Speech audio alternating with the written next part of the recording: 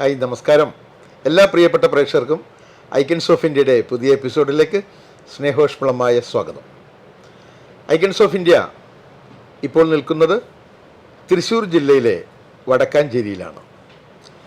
ഇന്ന് icons of India വിശേഷങ്ങൾ പങ്കുവെക്കുവാനായി കൊണ്ടുവന്നിരിക്കുന്ന വിശിഷ്ടാതിഥി വടക്കാഞ്ചേരിയിൽ golden importers എന്ന സ്ഥാപനം നടത്തുന്ന അബ്ദുൾ റഹ്മാൻ സാറാണ്. Abdul Rahman sir, icons of ഇന്ത്യയിലേക്ക് സ്വാഗതം. അപ്പോൾ ഗോൾഡൻ ഇമ്പോർട്ടേഴ്സ് അല്ലേ? അപ്പോൾ അതിനെക്കുറിച്ചുള്ള വിശേഷങ്ങൾ പറഞ്ഞോളൂ. ഗോൾഡൻ ഇമ്പോർട്ടേഴ്സ് എന്ന് പറഞ്ഞ സ്ഥാപനം ഞങ്ങൾ തുടങ്ങിയിട്ട് 14 വർഷമായി. ഏകദേശം 14 വർഷം. അപ്പോൾ ഏകദേശം 2010 നമ്മൾ ഇത് ആരംഭിച്ചത്. ഓക്കെ. ഇപ്പോൾ ഞങ്ങൾ മെയിൻലി ചൈനയിൽ നിന്നും വിയറ്റ്നാമിൽ നിന്നും കൊറിയയിൽ നിന്നും റോ മെറ്റീരിയൽ ഇറക്കി ഇവിടുത്തെ പല കമ്പനികൾക്കും റോ മെറ്റീരിയൽ സപ്ലൈ ചെയ്യലാണ് ഞങ്ങളുടെ മെയിൻ ബിസിനസ്. എന്ത് പ്രോഡക്റ്റിൻ്റെ റോ മെറ്റീരിയൽസ് ആണ്? അത് റൂഫിംഗ് ഷീറ്റുകൾക്ക് വേണ്ട റോ മെറ്റീരിയൽ. അത് തന്നെ വേറെ ഈ ഷീറ്റ് പല കാര്യങ്ങൾക്കും വേറെ വാതിലുകൾ ഉണ്ടാക്കാൻ, ഡോർസ് ഉണ്ടാക്കാൻ, അങ്ങനെ പല ഇതിനും ഈ ഷീറ്റ് ഉപയോഗിക്കുന്നുണ്ട്. അത് ഓരോ കമ്പനിയുടെ ആവശ്യങ്ങൾ അത് അവരാണ്. ഞങ്ങൾ അതിന്റെ റോ മെറ്റീരിയലാണ് സപ്ലൈ ചെയ്യുന്നത്. കമ്പനിക്ക് വേണ്ടുന്ന സംഭവങ്ങൾ നമ്മൾ ഓർഡർ എടുക്കുന്നു. നമ്മളത് ചൈനയിൽ നിന്നും കൊറിയ, വിയറ്റ്നാം അവിടെ നിന്നൊക്കെ നമ്മൾ നേരെ അവർക്ക് സപ്ലൈ ചെയ്യുന്നു, കൊണ്ടുവന്നിട്ടുണ്ട്. ഇതാണ് നമ്മളുടെ ഇന്ത്യയിലെ ബിസിനസ്. ഇത് തന്നെ ഞങ്ങൾ മറ്റേ ആഫ്രിക്കയിലും ഞങ്ങൾ ഈ ബിസിനസ് തന്നെ അവിടെയും ചെയ്യുന്നുണ്ട്. ഇത് തന്നെ ചെയ്യുന്നുണ്ട്. ഓക്കെ. ആഫ്രിക്കയിലേക്ക് നമ്മൾ പിന്നെ ഇവിടെ നിന്ന് തന്നെയുള്ള ചൈനയിൽ നിന്നും കൊറിയയിൽ നിന്നൊക്കെ അവിടെ നിന്ന് തന്നെയാണോ? അവിടെ തന്നെ ഇമ്പോർട്ട് ചെയ്ത് അവർക്ക് കൊടുക്കുന്നുണ്ട്. അപ്പൊ അവിടെ നിന്ന് വാങ്ങിച്ചിട്ട് നമ്മൾ ഇന്ത്യയിലേക്ക് കൊണ്ടുവന്നിട്ടാണോ? ഡയറക്റ്റ് അങ്ങോട്ട് പോകാൻ ഇന്ത്യയിൽ വന്നു പോകുമ്പോൾ ട്രാൻസ്പോർട്ടിങ് കോസ്റ്റ് കൂടും. അതുകൊണ്ട് അത് ഡയറക്റ്റ് ആയിട്ട് അങ്ങനെ പോകും. അപ്പൊ ആഫ്രിക്കയിലേക്കുള്ള ഓർഡർ നേരെ ചൈനയിൽ നിന്നും കൊറിയയിൽ നിന്നും നമ്മൾ നേരെ അങ്ങോട്ട് ഇടുന്നു അല്ലേ? ഏകദേശം അപ്പോൾ തുടങ്ങിയിട്ട് ഏകദേശം 14 വർഷത്തോളമായി. എത്ര സ്റ്റാഫുകളുണ്ട് നമുക്കിവിടെ? ഞങ്ങൾക്ക് ഇവിടെ ഞങ്ങളുടെ വടക്കാഞ്ചേരി ഓഫീസിൽ 5 പേര്, എറണാകുളം ഓഫീസിൽ 5 പേര്, പിന്നെ വിദേശത്ത് ആഫ്രിക്കയിൽ 4 പേരുണ്ട്. ആഫ്രിക്കയിൽ 4 പേരുണ്ട്. അതൊക്കെ മലയാളികളാണോ അതോ ആഫ്രിക്കയിലുള്ള ആളുകളാണോ? 2 പേര് മലയാളികള്, 2 ആള് ആഫ്രിക്കക്കാര്. ആ ആഫ്രിക്കക്കാരുടെ പേരൊന്ന് പറയാമോ? രസമായിരിക്കുമല്ലോ ആഫ്രിക്കക്കാരുടെ പേരെ കേട്ടത്. അവരൊക്കെ ഇംഗ്ലീഷ് നെയിമാണ്. ഒരു കോങ് എന്നാണ് ഞങ്ങളുടെ ഒരു സ്റ്റാഫിന്റെ പേര്. കോങ്. അപ്പൊ നമ്മൾ വിളിക്കുന്നത് എന്തായിരിക്കും? മിസ്റ്റർ കോങ് എന്ന് വിളിക്കും. അതെ. ഓക്കെ. മറ്റേ അദ്ദേഹത്തിന്റെ മറ്റൊരു ലേഡി സ്റ്റാഫാണ്. അത് മറ്റേ ഒരു ലൂസി എന്നുള്ള പേരാണ്. ഇംഗ്ലീഷ് നല്ല പേര് എല്ലാവർക്കും അറിയുന്നത്. ലൂസി എന്നൊക്കെ പറഞ്ഞു കഴിഞ്ഞാല് നമ്മുടെ മലയാളത്തിലുള്ള പേര്. അവർക്ക് ഞാൻ അവിടെ വേറെ പേരുണ്ട് തോന്നുന്നു. അവരിതാണ് നമുക്കും വിളിക്കാൻ എളുപ്പത്തിന്. നമ്മൾ കോയും ലൂസി എന്നും വിളിക്കുന്നു. മറ്റു 2 മലയാളികൾ ഇവിടെയുള്ള ആളുകളാണ്. അത് നമ്മള് ഒന്ന് വടക്കാഞ്ചേരി ഉള്ള ആളും ഒരാൾ എറണാകുളത്തുള്ള ഒരാളും. അത് നമ്മൾ ഇവിടുത്തെ പരിചയത്തിന്റെ പുറത്ത് നമ്മൾ സ്റ്റാഫ് നമുക്ക് നമ്മുടെ ആൾക്കാരെ വെച്ചിട്ട്, ഈ കാരണം സാമ്പത്തിക കാര്യങ്ങളുള്ളത് കൊണ്ട് നമുക്ക് വിശ്വസ്ത ആൾക്കാരും വേണ്ടത് കൊണ്ട് അവിടെ നമ്മുടെ കമ്പനിയോട് ആത്മാർത്ഥമായിട്ട് ജോലി എടുക്കുവാൻ നമ്മുടെ മലയാളി സ്റ്റാഫുകളാണോ നല്ലത്, നമ്മുടെ അവിടുത്തെ ടാൻസാനിയയിലെ ആഫ്രിക്കക്കാരാണോ നല്ലത്? ഒന്ന് വ്യത്യാസം എന്ന് പറഞ്ഞു കഴിഞ്ഞാൽ അത് നമുക്ക് രണ്ടും എല്ലാം ഒരേപോലെ തന്നെയാണ്. മലയാളികളെ നമുക്ക് ചൂടാകാൻ പറ്റുമോ? അവരോടൊക്കെ ചൂടാൻ പറ്റുമോ? എന്തെങ്കിലും കാര്യം പറഞ്ഞു നമ്മള് അത് അവരോട് പറയൂല്ലേ? അവര് പ്രശ്നമൊന്നും ഉണ്ടാക്കൂല. അല്ല, അവര് നാട്ടിലാണല്ലോ. അവരുടെ നാട്ടിലാച്ചിട്ട് നമ്മള് ആവശ്യമില്ലാത്ത അവരുടെ ഇതിൽ കയറില്ല, കാര്യങ്ങൾ പറയും. കാരണം അവരുടെ സപ്പോർട്ടും കൂടി ഉണ്ടെങ്കിലേ നമുക്ക് അവിടെ നിൽക്കാൻ പറ്റുള്ളൂ. കാരണം റിസ്ക് കൂടുതലാണ് ആഫ്രിക്കയിലോട്ടൊക്കെ പോകണമെങ്കിൽ ഇവിടെ നമ്മൾ ഒരു ഇഞ്ചക്ഷൻ ഒക്കെ എടുത്തിട്ടേക്ക് പോകാൻ പറ്റുള്ളൂ. അത് വേണം. അങ്ങനെയൊക്കെയാണ് അവിടെ എന്തോ യെല്ലോ ഫീവറിന്റെ ഇത് നമ്മൾ എടുക്കണം. ഇപ്പൊ കെനിയൊക്കെ പോവാണെങ്കിൽ ഇപ്പൊ പോളിയോയും കൂടി എടുക്കണം. പുതിയ ഇത് പോളിയോ. നമ്മൾ എത്ര പ്രാവശ്യം ആഫ്രിക്കയിൽ പോയിട്ടുണ്ട് ഇതിന്റെ കാര്യങ്ങൾക്കായിട്ടൊക്കെ? ഞാൻ എപ്പോഴും ഇടയ്ക്കിടയ്ക്ക് പോകും അല്ലേ? നമ്മുടെ നാട് പോലെ തന്നെ.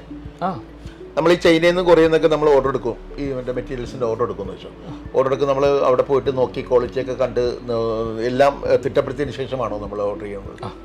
ക്വാളിറ്റി എപ്പോഴും നമ്മൾ നേരിട്ട് പോയി ചെക്ക് ചെയ്യാറുണ്ടോ? ഞാൻ പോകും. ഞാൻ എല്ലാ മാസവും ഈ കൊറിയയിലും വിയറ്റ്നാമിലും ചൈനയിലും പോകും. പോയി നമ്മൾ എന്താണോ ഓർഡർ ചെയ്തത് അത് നമ്മൾ കണ്ട് അതിനുശേഷം മാത്രം അത് കയറ്റി വിടുന്നവർ നമ്മളവിടെ നിൽക്കുമോ?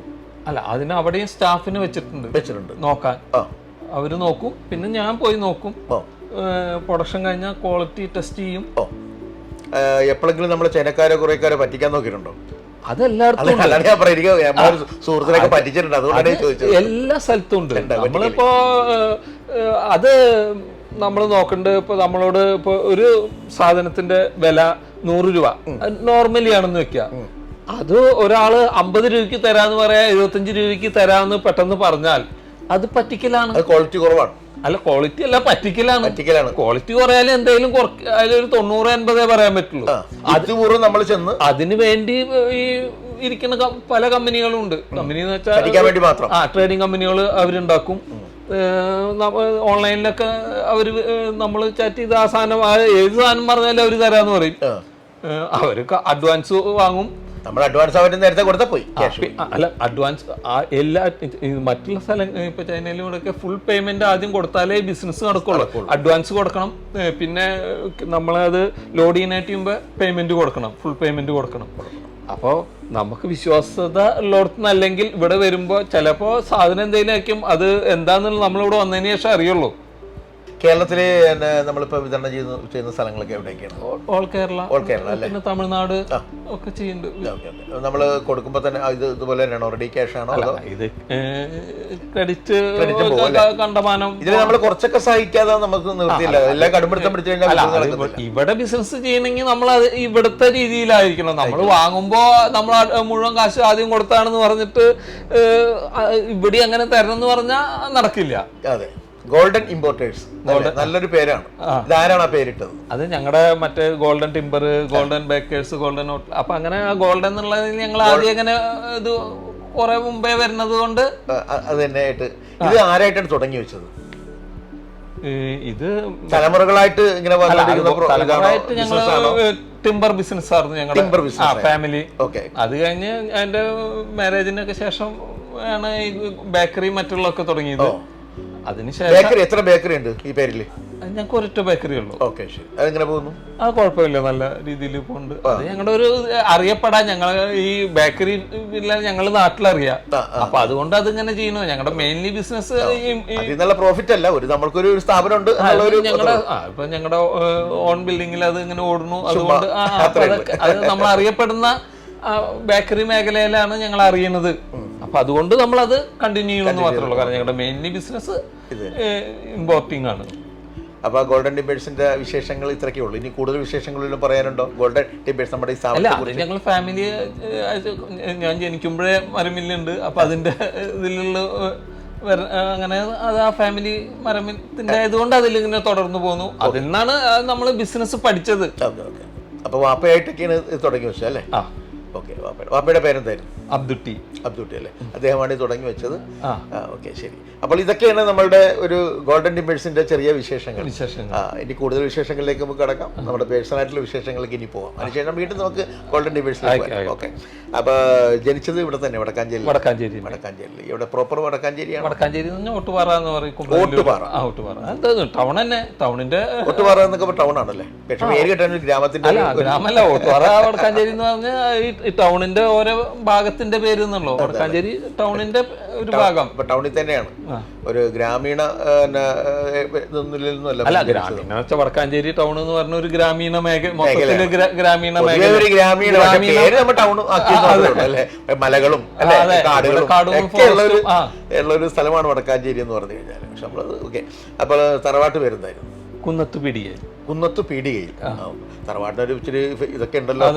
കുന്നത്ത് സൂര്യൻ ഉദിച്ചതാണോ അല്ലെ? കുന്നത്ത് അല്ല, ഒരു കുന്നത്തിൽ. അപ്പൊ കുന്നത്ത് പീടികയിലല്ലേ? കുന്നത്ത് പീടികയിലാണ് ജനിച്ചത്. വാപ്പയുടെ പേര് പറഞ്ഞു. ഉമ്മയുടെ പേരെന്താണ്?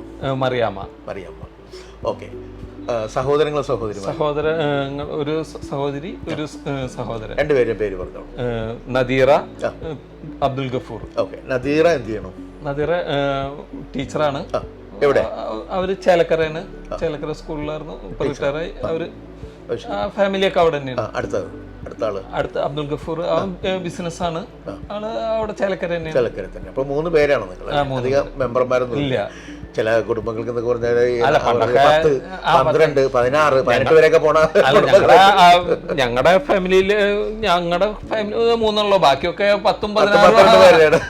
എന്റെ ഫാദറിന്റെ ഫാമിലി തന്നെ 9, 10. അതെ അതെ, എല്ലാരും അങ്ങനെ. അന്നത്തെ കാലഘട്ടം എന്ന് പറഞ്ഞാൽ അങ്ങനെയാണ്.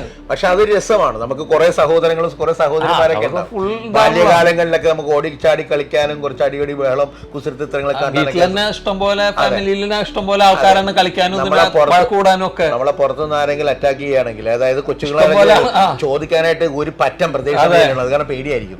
ഇപ്പൊ സാറിന് 3 പേരേ ഉള്ളൂ, അത് അംഗബലം കുറവാണ്. അതുകൊണ്ട് എങ്ങനെയായിരുന്നു ബാല്യകാലങ്ങളിൽ? കുസൃതിയായിരുന്നു? കുസൃതി എന്ന് പറഞ്ഞ സാധാരണ അതിൽ തന്നെ നമ്മള് ഗ്രാമത്തിലായതുകൊണ്ട് ആ ഗ്രാമീണ അതിൽ തന്നെ കൂട്ടുകാരിലും പിന്നെ വടക്കാഞ്ചേരി ബോയ്സ് സ്കൂളിലാണ് പഠിച്ചത്. അപ്പൊ അതിന്റെ അമ്പലക്കുളവും അതിന്റെ ഗ്രൗണ്ടുമാണ് നമ്മുടെ മെയിൻ സ്ഥലം. അപ്പൊ അങ്ങനെ സുഹൃത്തുക്കളുടെ അന്നത്തെ ബാല്യകാല നീന്തൽക്കാരെ അമ്പലക്കുളത്തിലൊക്കെ ഒരുമിച്ച് മുങ്ങി കളിച്ച കൂട്ടുകാരെയൊക്കെ ഓർക്കുന്നുണ്ടോ? പിന്നെ അവരൊക്കെ ഞാനിപ്പോഴും അവരൊക്കെ പറയോ? മറ്റേ കൃഷ്ണൻകുട്ടി, മുഹമ്മദ്, അങ്ങനെ കുറെ സുഹൃത്തുക്കളെല്ലാവരും. ക്രിക്കറ്റ് ആയിരുന്നോ കളിച്ചിട്ട്? ഫുട്ബോളാണ് അല്ലേ? അതെന്ന് വെച്ചാൽ ഗ്രൗണ്ടില് ഫുട്ബോള്, പിന്നെ പാടത്ത്, അങ്ങനെ ഫുട്ബോളിലായിരുന്നു. ഇപ്പോഴാണ് ക്രിക്കറ്റ് ഒക്കെ വന്ന്. അന്ന് ക്രിക്കറ്റിന് അത്ര ഇതില്ല, ഫുട്ബോളാണ്. അപ്പൊ നമുക്ക് സ്കൂളിൽ പഠിച്ച സ്കൂളിന്റെ പേര് ഒന്നുകൂടി പറയൂ. വടക്കാഞ്ചേരി ബോയ്സ് സ്കൂളിലാണ്. പഠിത്തത്തിലൊക്കെ എങ്ങനെ ഉണ്ടായിരുന്നു? വളരെ പിന്നാക്കമായിരുന്നു. അറിയാം, എല്ലാവരും അതൊക്കെ തന്നെയാണ്. ബിസിനസ്സിൽ വിജയിച്ച ആളുകളുടെ എല്ലാവരും പറയുന്ന ഒരു ഉത്തരവാണ്, പഠിത്തത്തിൽ ഞാൻ ഭയങ്കര പിന്നോക്കമാണ്. പക്ഷെ ആ പഠിത്തത്തിലെ പിന്നോക്കൊന്നും നമുക്ക് ജീവിതത്തിൽ ബിസിനസ്സിനെ ബാധിച്ചിട്ടൊന്നും ഇല്ല. നമ്മളപ്പോ ബിസിനസ്സിലാണ്, ഫാമിലിയിലും ബിസിനസിനെ കുറിച്ചാണ് അന്ന് നമ്മൾ പഠിക്കുന്ന സമയത്തൊക്കെ. വാപ്പാക്ക് ഇത് ഗോൾഡൻ ടിമ്പേഴ്സ് എന്ന് പറഞ്ഞ പേരിൽ സ്ഥാപനം ഉണ്ടായിരുന്നു. ഞാനും മില്ലിലായിരിക്കും കൂടുതൽ സമയം. പഠിത്തത്തിലേക്കൊക്കെ വിടും. നമ്മൾ വല്ലപ്പോഴും പോവും, പേരിനൊന്ന് പഠിക്കുന്നു, നേരെ മില്ലില്. നമ്മുടെ മനസ്സിലേക്ക് ബിസിനസ് അപ്പൊ തന്നെ കുഞ്ഞുനാൾ പോലെ കയറി. നമ്മളപ്പോ അത് അവരും അതിനെന്താ വെച്ചാൽ ആളില്ലാതൊക്കെ. പിന്നെ നമുക്കും സൗകര്യങ്ങളാണ്. അവിടെ പോയാൽ എന്തെങ്കിലും കാശ്, മറ്റേ ഈ വർഗ്ഗ വിറ്റന്റെ കാശ് നമുക്ക് കിട്ടും. നമുക്ക് അത്യാവശ്യം പോക്കറ്റ് മണി അവിടുന്ന് കിട്ടും. അപ്പൊ നമുക്ക് അപ്പൊ സ്കൂളിൽ പോയാലും ഫ്രണ്ട്സിനൊക്കെ ആയിട്ട് കറങ്ങണമെങ്കിൽ കാശ് വേണം. അപ്പൊ സ്കൂളിൽ ചെന്ന് കഴിഞ്ഞാൽ ലാവിഷായിരിക്കുമല്ലോ, പോക്കറ്റ് കുറച്ച് കാശുണ്ട്. അപ്പൊ കുട്ടികൾക്ക് എന്താണ് കീരി മിഠായി, എന്തൊക്കെ മിഠായി, തട്ടിമിഠായി എന്നൊക്കെ. അപ്പൊ അതിന്റെ സൗകര്യങ്ങളൊക്കെ നമുക്ക് ഉപയോഗിക്കാൻ പറ്റില്ല. അതെ അതെ. അപ്പൊ പിള്ളേരുടെ മുമ്പിൽ നമുക്ക് ഷൈൻ ചെയ്യാൻ പറ്റും.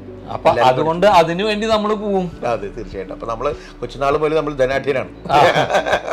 ഓക്കെ. അങ്ങനെ നമ്മൾ സന്തോഷമായിട്ട് ബാല്യകാലങ്ങൾ പഠിച്ചു. പഠിത്തത്തിൽ വളരെ ഇച്ചിരി കുറവാണെങ്കിൽ കുഴപ്പമൊന്നുമില്ല. നമ്മൾ ബിസിനസ്സിൽ പാപ്പട മില്ലിലൊക്കെ പോയി അത്യാവശ്യം പോക്കറ്റ് മണിയൊക്കെ ഉണ്ടാക്കി നമ്മൾ സ്കൂൾ. കലാപരമായിട്ടുള്ള കഴിവുകളോ എന്തൊക്കെയൊക്കെ ഉണ്ടായിരുന്നോ കൊച്ചുനാളിലെ? കലാപരമായിട്ട് അങ്ങനെ ഒന്നുമില്ലായിരുന്നു. അതെ, നമ്മള് ബിസിനസ്സാണ് നിലയിലേക്ക് കയറിയത്. അപ്പൊ എവിടം വരെ പോയി? നമ്മുടെ വിദ്യാഭ്യാസം എവിടം വരെ പോയി? നമ്മള് മറ്റേ +2 വരെ. 10ാം ക്ലാസ് ഒക്കെ അവിടെ തന്നെ അല്ലേ? 10ാം ക്ലാസ്സിലൊക്കെ എങ്ങനെയായിരുന്നു നമ്മുടെ നിലവാരം? വളരെ മോശം. 10ാം ക്ലാസ്സിൽ പൊട്ടിയോ? പൊട്ടിയിട്ടാണ് പിന്നെ ഒന്ന് പൊട്ടി. നമുക്ക് എന്ത് കാര്യം, ഒന്ന് പൊട്ടിയാലെന്താ അല്ലേ? പ്രീ ഡിഗ്രിയും പാലക്കോളേജ്. ആ പാലക്കോളേജിന്റെ പേരെന്ന് പറയോ? വിദ്യാഭവൻ. മറക്കാൻ പറ്റില്ല നമ്മളെ അല്ലേ? വിദ്യാഭവൻ എന്ന് പറഞ്ഞ ഒരു പാലക്കോളേജിലാണ് പഠിച്ചു. അവിടെയുള്ള സുഹൃത്തുക്കളൊക്കെ ഓർമ്മയുണ്ടോ? മറന്നുപോയി. കുറച്ചൊക്കെ മറന്നുപോകും. നമുക്ക് വർഷങ്ങളായില്ലേ? അങ്ങനെ നമ്മള് +2 കഴിഞ്ഞപ്പോ പിന്നെ നമുക്ക് എന്തായാലും തീരുമാനമായി പഠിത്തം വേണ്ട. അല്ല, അത് പാസ്സാവാത്തോണ്ട് പിന്നെ വാപ്പായും പറഞ്ഞു ഒന്നും പറഞ്ഞില്ല. പഠിച്ചില്ലെങ്കിലും കുഴപ്പമില്ല, അവർക്ക് എന്ത് ചെയ്താലും അത് പ്രശ്നമില്ല. അന്നത്തെ കാലത്ത് ബിസിനസിനെ മുന്നോട്ട് കൊണ്ടുപോകുക എന്നുള്ളതാണ്. ആകപ്പാടെ കുറെ അംഗസംഖ്യൊന്നും ഇല്ല. ആകപ്പാടെ 3 പേരുള്ള ഒരു പെണ്ണാണ്, 2 ആൺമക്കളേ ഉള്ളൂ. അപ്പൊ അതിൽ ആരെങ്കിലും വാപ്പാടെ ഒരു പിന്തുണ അല്ലേ? അത് അവര് എന്നെ ഉദ്ദേശിച്ചിട്ടുണ്ട്. അപ്പൊ അധികം പഠിക്കേണ്ട കാര്യമില്ല. ഈ പണിക്കൊന്നും വലിയ പഠിത്തം ചെയ്യുന്ന ആവശ്യമൊന്നുമില്ല. കുറച്ച് ബ്രെയിൻ കിട്ടിയാൽ മതി അല്ലേ? എന്റെ ബുദ്ധിയും കാര്യങ്ങളൊക്കെ വെച്ചിട്ട് ബിസിനസ് ചെയ്യാന്നുള്ള വാപ്പാടെ എന്താ പറയാ പിന്തുടർച്ച നമ്മളിലേക്കാണ് വന്നത്. അതുകൊണ്ട് കൂടുതൽ പഠിക്കാൻ വിട്ടില്ല എന്ന് തന്നെ വേണമെങ്കിൽ പറയാം. അല്ല, അവര് പ്രഷർ ചേർത്തിയില്ല. അതുകൊണ്ട് കാരണം ഇന്ന് നമ്മളെ മക്കളോട് അവര് പഠിക്കണം എന്നുള്ളത് നമ്മൾ പ്രഷർ ചേർത്തി. അതെ അതെ. അങ്ങനെ നമ്മളവിടെ +2 പ്രീ ഡിഗ്രി കഴിഞ്ഞപ്പോൾ തന്നെ നമ്മുടെ സ്ഥാപനത്തിൽ കയറി അല്ലേ? നമ്മളെ സ്ഥാപനത്തിലാണ്. അതിനു മുമ്പ് നമ്മള് ഞാൻ 5ാം ക്ലാസ് 6ാം ക്ലാസ് ആകുമ്പോ തന്നെ സ്ഥാപനത്തിലാണ്. അഖില ഔദ്യോഗികമായിട്ട് അവിടെ അല്ല ഔദ്യോഗിക അനൗദ്യോഗികം ഒക്കെ ആയിട്ട് നമ്മളെ അതിൽ തന്നെയാണ്. 5ാം ക്ലാസ് മുതൽ നമ്മൾ അവിടുത്തെ തൊഴിലാളിയായി മാറി. മുതലാളി പാപ്പയാണെങ്കിൽ പാപ്പാടെ ഒരു തൊഴിലാളി. എനിക്കൊരു തൊഴിലാളി ഇല്ലെങ്കിലും അതിന്റെ എല്ലാ പണിയും ഞാൻ ചെയ്യും, എനിക്കറിയാൻ പറ്റും. എന്തൊക്കെ പണിയാ ചെയ്തോണ്ടെന്ന് വെച്ചാൽ അവിടെ ഞാൻ മില്ലിലെ എല്ലാ പണിയും ചെയ്യും. എല്ലാ പണിയെന്ന് വെച്ചാൽ നമുക്ക് അതിന്റെ വാള്, മെഷീനറി എല്ലാം. ഇപ്പൊ എനിക്ക് ഡേഞ്ചർ ജോലിയല്ലേ ഈ കുഞ്ഞ് ഈ ചെറിയ പ്രായത്തിലൊക്കെ വാളൊക്കെ വെച്ച് നമ്മൾ ഒന്ന് മുറുക്കേച്ച് എന്തെങ്കിലും ഒന്ന് സ്വിച്ച് ഓൺ ആയി കഴിഞ്ഞാൽ രണ്ട് കഷ്ണമായി പോകും നമ്മള് കൈയും കാലൊക്കെ. അന്നപ്പോ അതൊക്കെ അത് നമുക്ക് അന്ന് ഈ വക കാര്യങ്ങൾ പഠിക്കാൻ നമുക്ക് താല്പര്യം ഉണ്ടാവുമല്ലോ. അപ്പൊ എന്തായിരുന്നു ആദ്യം തന്ന ഉപദേശം എന്തായിരുന്നു? മോനെ സൂക്ഷിച്ചും കണ്ടൊക്കെ ചെയ്യണം ഇത്. അങ്ങനെ ഒരിക്കലും പറഞ്ഞിട്ടില്ല, ധൈര്യമായിട്ട് ചെയ്തോളാം തന്നെ പറഞ്ഞിരിക്കുന്നു. ഭയങ്കര ധൈര്യം തന്നു കളഞ്ഞല്ലേ? ആ ധൈര്യം എനിക്ക് പുറത്ത് എന്നെ എവിടേക്ക് പോണെങ്കിലും എന്തിനും അതിനൊന്നും ഒരു പ്രശ്നം പറഞ്ഞ് പേടിപ്പിച്ചിട്ടില്ല, ഒരു കാര്യത്തിനും പേടിപ്പിച്ചിട്ടില്ല. നീ ജീവിക്കാൻ വേണ്ടി എന്ത് ജോലി ചെയ്തോ അത് തലപോയാലും കുഴപ്പമില്ല, എവിടെ വേണേ എന്ത് വേണേ ചെയ്തോ. അതായിരുന്നു ആ ഒരു ധൈര്യമാണ് നമ്മുടെ ജീവിതത്തില് ഇപ്പോഴും നമ്മളൊരു പിടിവള്ളി. എവിടെയും പോകും, നമ്മൾ ആഫ്രിക്കയിലും പോകും, ചൈനയിലും എവിടെയും ഒരു പേടിയില്ല. ഞാൻ ഒറ്റയ്ക്കാണ് പോകുന്നത്, കൊറിയയിലും പോകും, എവിടെയും പോകും. ഒന്നും ഒരു പ്രശ്നം. ഏത് ആഫ്രിക്കക്കാരാണ് നമ്മൾ കൂളായിട്ട് സംസാരിക്കും, പേടിയൊന്നുമില്ല.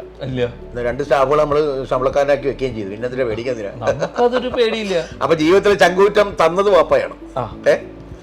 ഓക്കെ. അപ്പൊ അങ്ങനെ നമ്മളിപ്പോ ഇങ്ങനെ വലിയൊരു എന്താ പറയുക ടിമ്പർ തടിക്കച്ചവടത്തിന്റെ കാര്യങ്ങളൊക്കെ ആയിട്ടൊക്കെ നമ്മൾ ഓക്കെ റെഡിയായി. അപ്പൊ അതിൻ്റെ ഇടയ്ക്ക് എപ്പോഴായിരുന്നു വാപ്പ പറഞ്ഞത് മോനെ നീ നിന്റെ ലൈഫിലേക്ക് ഒരു പാർട്ട്ണറെ കൊണ്ടുപോവാ, നീ ഒരു കല്യാണം കഴിക്കുന്നു പറഞ്ഞപ്പോഴായിരുന്നു? കല്യാണം കഴിക്കാന്ന് വെച്ചാൽ ഞങ്ങള് എന്റെ ലവ് മാരേജ് ആണ്. അതിനിപ്പോ എവിടെ സമയം കിട്ടി? ഫുൾ ടൈം നമ്മൾ ഇവിടെ ടിമ്പറിലാണെങ്കിലും നമുക്ക് നമ്മള് ഇങ്ങനെ പറന്ന് നടക്കല്ലേ, അത് ശരി, നമ്മുടെ ഇഷ്ടത്തിന് നടക്കാണ്. അതൊന്ന് വിശദമായിട്ട് തന്നെ പറയണം, അത് എങ്ങനെ സംഭവിക്കും എന്നുള്ള നമ്മുടെ പ്രേക്ഷകർക്കൊന്നും പറഞ്ഞു. അല്ല, സംഭവിക്കുന്ന വെച്ചാൽ നമ്മുടെ നാട്ടില് നമുക്ക് അത് നാട്ടിൽ തന്നെയുള്ളതാണോ? ആ നാട്ടിൽ തന്നെ അടുത്തുള്ള തന്നെയാണ്. അതിനെ കുറിച്ചൊക്കെ ഒന്ന് പറയാമോ? നമ്മൾ എന്തായാലും 10ാം ക്ലാസ് പിന്നെ പ്രീ ഡിഗ്രി കഴിഞ്ഞിട്ട് നേരെ നമ്മൾ അതൊക്കെ കഴിഞ്ഞ് നമ്മുടെ അതെങ്ങനെയായിരുന്നു ആദ്യ സംഗമം? അത് ഞങ്ങള് ഇവരുടെ വീടിന്റെ അടുത്ത് ഞങ്ങള് വേറെ ഷട്ടിൽ കളിക്കാൻ വേറെ എന്റെ ഒരു ഫ്രണ്ടിന്റെ വീട്ടിലേക്ക് പോകും, ഷട്ടിൽ കളിക്കാൻ വേണ്ടി പോകും. അപ്പൊ അവിടെ ഇവരുടെ വീടിന്റെ പുറത്തു കൂടെയാണ് പോവുക. അപ്പൊ അവിടെ നമ്മള് ഇഷ്ടം അല്ലേ, ഒരു ചെറിയൊരു നോട്ടം, അവിടെ ഇങ്ങോട്ടൊരു നോട്ടം. അതിപ്പോ നമ്മള് വേറെ ഷട്ടിൽ കളിക്കാൻ പോയത് തന്നെ ചിലപ്പോ ഇതിന് വേണ്ടിയിട്ടാവാം. അപ്പോൾ ആർക്കാണ് ആദ്യം ഇഷ്ടം തോന്നിയത്? അല്ല, അത് ആരാണ് മുൻകൈ എടുത്തെന്നല്ല ഈ പറയണത്. കാരണം നമുക്ക് രണ്ടുപേരും ഒരുമിച്ച് ഇഷ്ടം തോന്നിയാണോ? ഇപ്പൊ ഞാനാണോ അത് അവരാണോ ഒന്നും ഇപ്പോൾ ചോദിച്ചു മനസ്സിലാക്കിയില്ലേ? അതൊക്കെ നമുക്കറിയാൻ പറ്റില്ല. ആദ്യമായിട്ടൊരു ഓഫർ നമ്മൾ എനിക്ക് ഇഷ്ടമാണ് നിന്നെ, അല്ലെങ്കിൽ എനിക്ക് ഇയാളെ ഇഷ്ടമാണ് എന്ന് ആരാണ് ആദ്യം പറഞ്ഞതെന്നുള്ള ചോദിക്കുന്നത്. കാരണം നമ്മള് അങ്ങ് തുറന്ന് പറ, അത് ഞാനാണെന്ന് തോന്നുന്നു. ആണ്, അല്ല ഒരാളാണ് മുൻകൈ എടുക്കേണ്ടത്. അങ്ങനെ വെച്ചാൽ നമ്മളെങ്ങനെ ഇന്ന ആള് വേണമെന്ന് നമുക്ക് അങ്ങനെ അന്ന് നിർബന്ധമൊന്നുമില്ല. ഇതെല്ലാരും പ്രമിച്ചു നടക്കുമായിരുന്നോ? അല്ല, നമ്മളന്ന് ഒരു അല്ലെങ്കിൽ പറന്ന് നടക്കുന്ന ആളാണ്. കാരണം വീട്ടില് സ്ഥിതിയുണ്ട്, വണ്ടിയുണ്ട്, ബൈക്കുണ്ട്. അപ്പൊ നമ്മളെ നാട് മുഴുവൻ ചെത്തി നടക്കുകയാണ്. എല്ലാരും നമ്മള് അങ്ങോട്ട് ഒരു നോട്ട് ഒരു ഒളിക്കണ്ണ് ഇടും, താല്പര്യമുള്ളവർക്ക് ഇങ്ങോട്ട് വരാം. ഓക്കെ. അങ്ങനെ നമ്മൾ നോക്കി താല്പര്യമുള്ള ഒരു വ്യക്തി വന്നു, അദ്ദേഹത്തെ നമ്മൾ ഇഷ്ടപ്പെട്ടു, അദ്ദേഹത്തിന് നമ്മളെ ഇഷ്ടപ്പെട്ടു, സന്തോഷപൂർവ്വം കല്യാണം നടന്നു. വീട്ടുകാരെ എതിർത്തോ? കാരണം പ്രേമവിവാഹമല്ലേ. അത് വീട്ടുകാർക്ക് അങ്ങനൊന്നുമില്ല, ഒരു പ്രശ്നമുള്ള അതൊന്നും ഫാദർ 100% പച്ചക്കൊടി കാണിച്ചിട്ടാണ് നമ്മളിപ്പോ ആരെ കല്യാണം കഴിച്ചാലും അവർക്ക് കുഴപ്പമില്ല. ഓക്കെ. അപ്പൊ അങ്ങനെ കല്യാണം നടന്നു. ഭാര്യയുടെ പേരെന്താ? ഷാഹിദയെ നമ്മൾ കല്യാണം കഴിച്ചു. വീട്ടുകാരുടെയും എല്ലാവരുടെയും അനുമതിയോടുകൂടി സന്തോഷത്തോടെ നമ്മൾ കല്യാണം കഴിച്ചു. എത്ര മക്കളാണ്? 2 മക്കള്. മക്കളുടെ പേര് പറഞ്ഞു? ജഹനാര, നിഹാൽ റഹ്മാൻ. ഓക്കെ. ഈ ബിസിനസ് നമ്മൾ ഒരു ബിസിനസ്സുകാരൻ്റെ രീതിയിലാണല്ലോ നമ്മളിപ്പോൾ ഈ കല്യാണം ആലോചന കൊണ്ടുപോകുന്നു, കല്യാണം നടന്നതൊക്കെ. ബിസിനസ്സിൽ ഭാര്യയുടെ സപ്പോർട്ട് എങ്ങനെയാണ്? അവര് ഫുൾ സപ്പോർട്ടാണ്. അവർക്ക് ജോലിയുണ്ട്. ഏതാണ് ജോലി? അവര് ടീച്ചറാണ്, അധ്യാപികയാണ്. ആ സമയത്ത് കല്യാണം കഴിക്കുന്ന സമയത്ത് ടീച്ചർ? അതിനുശേഷമാണ് അവർ അധ്യാപിക. അത്യാവശ്യം വിദ്യാഭ്യാസമൊക്കെ ഉള്ള ഒരു വ്യക്തി തന്നെയാണ്. അവര് അവരെ +2 കഴിഞ്ഞിട്ടാണ് കല്യാണം. അത് കഴിഞ്ഞിട്ടാണ് കല്യാണം കഴിഞ്ഞതിന് ശേഷം അവര് പഠിച്ച ഡിഗ്രി പഠിച്ചു. പരസ്പരം അങ്ങോട്ടും ഇങ്ങോട്ടും സപ്പോർട്ട് ചെയ്യുന്ന ഒരു ഭാര്യയും അതാണ് 100% എന്നിൽ സപ്പോർട്ട് ചെയ്യുന്നുണ്ട്, ഞാൻ അവരെയും സപ്പോർട്ട് ചെയ്യുന്നുണ്ട്. അതാണ് നമ്മുടെ ജീവിതത്തിന്റെ വിജയ രഹസ്യം എന്ന് ചോദിക്കുന്നതിന് മുമ്പ് തന്നെ നമുക്ക് പറയാമല്ലോ. അതാണ് എന്റെ ജീവിതത്തിന്റെ വിജയ രഹസ്യം. ഇതാണ് അത് ഞങ്ങൾ പരസ്പരം അപ്പോൾ നമ്മൾ ഈ ബിസിനസ്സുമായിട്ട് ബന്ധപ്പെട്ട് നമ്മൾ ആഫ്രിക്കയിൽ പോകുന്നു, കൊറിയയിൽ പോകുന്നു, ചൈനയിൽ പോകുന്നു, എങ്ങനെ ഭാര്യയുമായിട്ടൊക്കെ നമ്മൾ പോകാറുണ്ടോ? അതാ അവര് ഇടയ്ക്ക് അവര് എപ്പോഴും അവരെന്റെ കൂടെ വരാറുണ്ട്. മിക്ക ടൈമിലും അവരും ഉണ്ടാവും. ഓക്കെ, മക്കളും ഉണ്ടാവും. മക്കള് ഇപ്പൊ മക്കൾക്ക് കുറെ കാര്യങ്ങളൊക്കെ അവരുണ്ടാവും. പക്ഷെ ഇപ്പൊ അവള് ദുബായിലാണ് പഠിക്കുന്നത്. അവള് MBBS കഴിഞ്ഞു. ഇപ്പൊ MRCP ആസ്റ്റർ മെഡിസിറ്റി ദുബായിൽ ചെയ്യാണ്. അത് കഴിഞ്ഞ് ഇപ്പൊ അത് കഴിഞ്ഞ് അവള് ലണ്ടനിലേക്ക് DMന് അങ്ങോട്ട് പോവാണ്. അപ്പൊ മക്കളൊക്കെ നമ്മളെ പോലെ അല്ല, നേരെ ഉയരങ്ങളിലേക്ക് അവരവരുടെ ഇതാണ്. ഹസ്ബൻഡും അവിടെയാണ്. അവരവരുടെ ലൈഫിലേക്ക് പോകണം. ഇനി മോൻ LLB കഴിഞ്ഞു. ഇനിയിപ്പോ സുപ്രീം കോടതി കാണാം. അല്ല, അവനിപ്പോ ഇനി അല്ലെ ഇന്റർനാഷണൽ ലോ എടുക്കാൻ വേണ്ടി UK പോകാൻ അവനും ശ്രമിക്കുന്നു. അവര് ബിസിനസ്സിലേക്ക് തിരിച്ചു വരും. വിദേശത്ത് അല്ല, പക്ഷെ നാട്ടിലാണെങ്കിലും അവര് വിദേശത്തൊക്കെ പോയി പഠിച്ചതിന് ശേഷം ബിസിനസ്സിൽ. അപ്പൊ നമ്മുടെ വാപ്പ നമ്മളെ വിദ്യാഭ്യാസത്തിൽ വലിയ പ്രോത്സാഹിപ്പിക്കാത്ത പോലെയല്ല നമ്മൾ നമ്മുടെ മക്കളെ. ഇപ്പോഴത്തെ ജനറേഷൻ അതും കൂടി ഉണ്ടെങ്കിലേ ബിസിനസ്സിൽ നമുക്ക് മുന്നോട്ട് പോകാൻ പറ്റും. കാര്യങ്ങൾ നടക്കത്തുള്ളൂ. പണ്ട് നമ്മള് ചില പാഠങ്ങള് പഠിച്ചതിന്റെ ഇതില്, കാരണം ബിസിനസ് മേഖലയിൽ ഇപ്പോൾ എഡ്യൂക്കേഷനും കൂടി ഉണ്ടെങ്കിൽ ഇപ്പോഴത്തെ കാലത്ത് മുന്നോട്ട് പോകാൻ പറ്റില്ല. പണ്ടത് നിർബന്ധമായിരുന്നില്ല. അബ്ദുൾ റഹ്മാൻ സാറിന് അപ്പോൾ ജീവിതത്തിൽ അധികം കഷ്ടപ്പാടുകൾ പടച്ചൻ്റെ ഭാഗത്തുനിന്നും ദൈവത്തിൻ്റെ ഭാഗത്തുനിന്നൊന്നും കിട്ടിയിട്ടില്ല. കാരണം കൊച്ചുനാൾ പോലും വാപ്പാക്ക് ഒരു സ്ഥാപനം ഉണ്ടായിരുന്നു. പിന്നെ അത്യാവശ്യം നല്ല പ്രായത്തിൽ തന്നെ ബൈക്കും കാര്യങ്ങളൊക്കെ ചെത്തി കറങ്ങി നടന്നു. ഇഷ്ടപ്പെട്ട പെൺകുട്ടിയെ കല്യാണം കഴിച്ചു. പിന്നെ വാപ്പയുടെ ബിസിനസ് നമ്മുടെ ഇതിലേക്ക് വന്നു. ബിസിനസ് നല്ല രീതിയിൽ മെച്ചപ്പെട്ടു പോകുന്നു. അങ്ങനെ ജീവിതത്തിൽ നമുക്ക് നേട്ടങ്ങൾ മാത്രമേ പറയാനുള്ളൂ. അല്ല, ബിസിനസ്സിൽ എപ്പോഴും ഉയർച്ചയും താഴ്ചയൊക്കെ ഉണ്ട്. അപ്പോൾ ഞാൻ പറയാം, ആ താഴ്ച എന്തെങ്കിലും ഉണ്ടായിട്ടുണ്ടോ? താഴ്ച ഓരോ ടൈമിലും എന്തെങ്കിലും നമുക്ക് മനസ്സിൽ തട്ടിയ ഒരു താഴ്ച അങ്ങനത്തെ താഴ്ചകൾ ഉണ്ടായിട്ടില്ല. എന്തെങ്കിലും നമുക്കത് നോർമലി ബിസിനസ്സിൽ ചില കോട്ടങ്ങൾ ഏത് ബിസിനസ്സിലും ഉണ്ടാവില്ല. അതൊക്കെ നമ്മൾ അതൊക്കെ ഇങ്ങനെ കയറി ഇറങ്ങി അത് ഞാൻ പറഞ്ഞല്ലോ, നമ്മളെ ഇപ്പൊ ഒരു ഇത് വരുമ്പോ അതിനെ കുറിച്ച് ചിന്തിക്കുക പോലും ഇല്ല. എന്തായാലും നമ്മളൊരു ബിസിനസ്മാൻ ആണ് എങ്കിലും നമുക്ക് കൂടുതൽ മോഹങ്ങൾ എന്തെങ്കിലും ഉണ്ടെങ്കിൽ നമ്മുടെ ബിസിനസ് വേൾഡ് വൈഡ് എല്ലാ രാജ്യത്തേക്കും കൊണ്ടുപോകണം എന്നാണ് നമ്മുടെ ആഗ്രഹം. ഗോൾഡൻ ഇമ്പോർട്ടേഴ്സ് ലോകം മുഴുവൻ അറിയപ്പെടുന്ന ഒരു സ്ഥാപനമാക്കി മാറ്റണം. അതാണ് നമ്മുടെ ആഗ്രഹം. ഓക്കെ, നമ്മുടെ ജീവിതത്തിൽ നമ്മൾ ഇവിടം വരെ എത്തി. അതിൽ നമുക്ക് ആരോടൊക്കെയാണ് നന്ദി കടപ്പാട് രേഖപ്പെടുത്താനുള്ളത്? നമ്മുടെ ഫാമിലിയോടാണ് നമ്മൾ. കാരണം വാപ്പയാണ് ഫസ്റ്റ്. അദ്ദേഹമാണ് ഒരു സ്ഥാപനം നമുക്കിട്ട് നമുക്കൊരു പാത തെളിയിച്ചത്. അതുണ്ട്. പിന്നെ വൈഫാണ് നമ്മളെ ഫുൾ സപ്പോർട്ട്. എല്ലാ കാര്യങ്ങൾക്കും വൈഫിന്റെ ആയിട്ടുള്ള പിന്തുണയുണ്ട്. പിന്നെ വൈഫിന്റെ ഫാമിലി ഒരുപാട് നമ്മളെ സപ്പോർട്ട് ചെയ്തിട്ടുണ്ട്. കാരണം അവര് ഗൾഫും ഇതൊക്കെ ആയിരുന്നു. അപ്പൊ ഈ ഇമ്പോർട്ട് ബിസിനസ്സിനൊക്കെ ഉയർന്നു പോകാൻ ഈ ഇൻവെസ്റ്റ്മെന്റും വേണേ. തീർച്ചയായിട്ടും സഹായിക്കാൻ ആളുകളും. അപ്പോ നമുക്ക് അത് ആ സപ്പോർട്ട് ഉള്ളത് കൊണ്ടാണ് നമുക്ക് ഉയർന്നു പോകാൻ പറ്റിയത്. തരാൻ വേണ്ടി ഒരാൾ പറയുന്നത് വേണം. ഒരു പുഷിങ് ഉണ്ടെങ്കിലേ വൈഫിന്റെ ഫാമിലിയാണ് അല്ലേ? അപ്പൊ അവരോടും നന്ദി കടപ്പാടും കാര്യങ്ങളും ഉണ്ട്. കാരണം എന്താ വെച്ചാൽ അവര് സഹായിച്ചത് കൊണ്ടാണല്ലോ. ഇത് കഥ പറഞ്ഞുകൊണ്ടൊന്നും ഇത് ബിസിനസ് മുന്നോട്ട് കൊണ്ടുപോകാൻ പറ്റില്ല. നമ്മുടെ സ്വന്തം ഉമ്മയോടും ബാപ്പയോടും സഹോദരങ്ങളോടും പിന്നെ വൈഫിനോടും വൈഫിന്റെ പിന്നെ ഫാമിലിയോടും ബാപ്പയോടും ഉമ്മയോടും ഒക്കെ എല്ലാവരോടും നമുക്ക് കടപ്പാട്. പിന്നെ മാത്രമല്ല നമ്മുടെ സ്റ്റാഫുകളോട് നമ്മൾ അവരൊക്കെ സപ്പോർട്ട് ചെയ്യുന്ന കണ്ടാണല്ലോ നമുക്ക് മുന്നോട്ട് പോകാൻ പറ്റുന്നത്. പിന്നെ അതിലേക്കർ എല്ലാത്തിനും ഉപരി നമുക്ക് ദൈവം എന്ന് പറഞ്ഞ വ്യക്തി നമുക്ക് തന്നിരിക്കുന്ന ഈ സൗഭാഗ്യങ്ങളോടും അത് അവര് തന്നുകൊണ്ടിരിക്കും. നമ്മളത് ഉപയോഗിച്ചെങ്കിലേ നമുക്ക് കിട്ടുള്ളൂ. അല്ലാതെ അദ്ദേഹം തരുന്ന പറഞ്ഞ് നമ്മളിരുന്ന ഇവിടെ ഒന്നും കിട്ടില്ല. നമ്മൾ ചെയ്തോണ്ടിരിക്കുക. അപ്പൊ അല്ലെങ്കിൽ അദ്ദേഹം അങ്ങനെ പ്രത്യേകിച്ച് ഒരാൾക്കായിട്ടുള്ള എല്ലാവർക്കും കൂടി കൊടുത്തിരിക്കുകയാണ്. അതില് നമ്മുടെ വീതം നമ്മൾ എടുത്തോളാം. നമ്മുടെ ഏത് നേട്ടങ്ങൾ കിട്ടുമ്പോഴും നമ്മുടെ ദൈവത്തിന് സ്തുതി.